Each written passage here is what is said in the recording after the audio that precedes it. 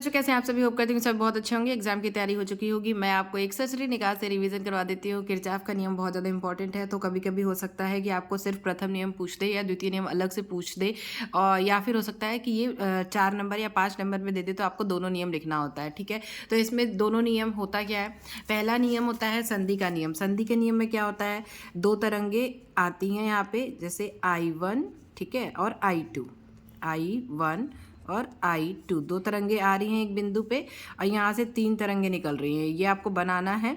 ये हमारी क्या हो रही है, 3 तरंगे यहाँ से बाहर निकल रही हैं, I3, I4 और I5। ठीक है, ये हमारा किरचॉफ का नियम का पहला जो नियम है, संधि का नियम इसे कहते हैं। ठीक है, तो संधि का नियम मतलब ये सारी तरंगे एक ही जगह पे मिल रही हैं, या फिर कह लो धारा का नियम की ऐसे आ रही हैं और यहाँ से प्रवाहित हो रही हैं। वो हो गया। किसी परिपथ में किसी संधि पर मिलने वाली समस्त धाराओं, ये समस्त धाराएं हैं, ठीक है, एक संधि है, मिलने वाली समस्त धाराओं का बीजगणितीय इनका योग पूरा, वो कह रहा है कि बीजगणितीय योग इनका क्या होता है, इन सब का योग अगर करें हम तो = 0 होता है। ये कहता है पहला नियम। क्या कहता है कि किसी बिंदु पर मिलने वाली सभी धाराओं का बीजगणितीय योग क्या होता है, किसी परिपथ में किसी बिंदु पर मिलने वाली सभी धाराओं का बीजगणितीय योग क्या होता है, 0 होता है। ये पहला नियम है। दूसरा नियम क्या कहता है, मैं आपको बस एक बार ऐसे ही बता दे रही हूँ, याद रखना। दूसरा नियम हमारे क्या कहता है कि जैसे इसमें क्या बनता है, पूरा आपका दो बंदपाश बनते हैं। दूसरे नियम में देखो, दूसरे नियम में क्या बन रहे हैं, दो बंदपाश बनते हैं, 1 और 2। कैसे टाइप से बनते हैं, यहाँ पे बनाती हूँ आपका। इसमें क्या क्या जुड़ा होता है, पहले एक ये, ठीक है, फिर प्रतिरोध, फिर इसी तरीके से 3 बना लिया हमने। ठीक है, ये अब इनको हमको इसमें नहीं लगता है, इसमें ये नहीं लगता, ध्यान रखना, इसमें सिर्फ प्रतिरोध होता है। हाँ, इसमें सिर्फ प्रतिरोध होता है। तो ये हो गया R1, R2 और ये R3। ठीक है, और हमारा यहाँ पे E1 और E2। ठीक है, ये बंदपाश 1 और ये 2। ठीक है, ये देखो 2 इसमें बंदपाश बनते हैं। ये किरचॉफ का दूसरा नियम है, ध्यान रखना, एक बंदपाश, दो बंदपाश। धारा का प्रवाह किस तरीके से होता है, इधर से भी आ रही है, इधर से भी आ रही है, पर ये वाली जो धारा है वो इधर जा रही है। ठीक है, ये क्या है, ये दोनों में आ रही है और यहाँ से ऐसे होते हुए जा रही है। ठीक है, ऐसे आप ऐसे बना दोगे तो ये आ रही है। तो ये यहाँ पे क्या है, ये I1 है, ये I2 है और ये I3।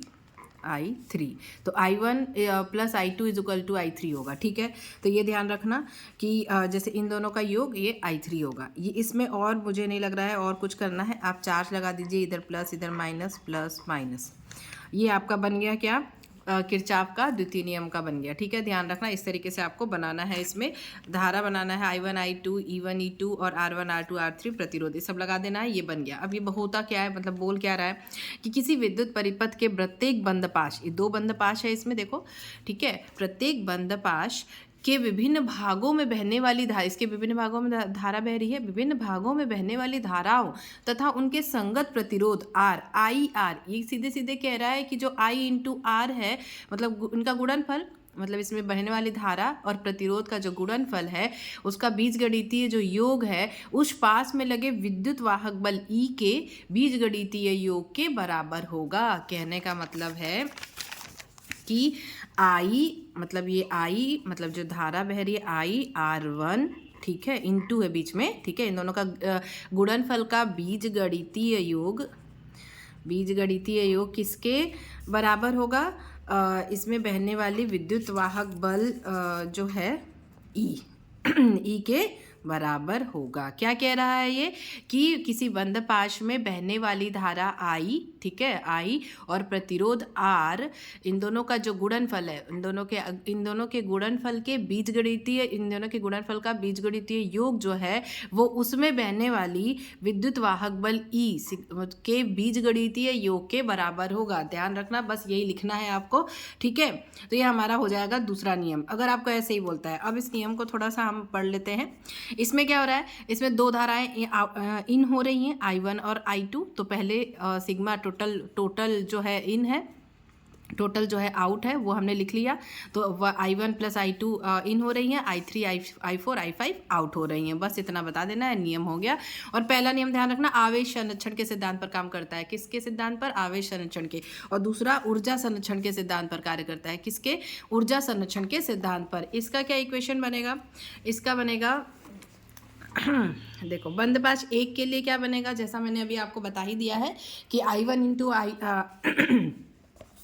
I1R1 minus I2R2। Minus क्यों लगा? पता है ना कि दोनों धाराएं एक ही दिशा, मतलब वो ऐसा नहीं हो रहा है कि पूरा ऐड होके एक ऐसे बह रहा है, एक ही साथ ऐसे आके टकरा रही हैं। तो अगर वो ऐसे आ जाता तो प्लस होता, पर ऐसे दोनों एक मतलब एक ही जगह जा रही हैं, तो इसलिए यहाँ पे माइनस लगा है। तो I1R1 minus I2R2 is equal to E1 minus E2, तो वो सब माइनस में आ जाएगा। अब बंदपाश 2 के लिए I2R2 प्लस, इसमें प्लस हो जाएगा क्योंकि नीचे से धारा बह रही है। जो तीसरा हमारा है उसमें जो लाइन है, मतलब उसका आप दिखा देती हूँ।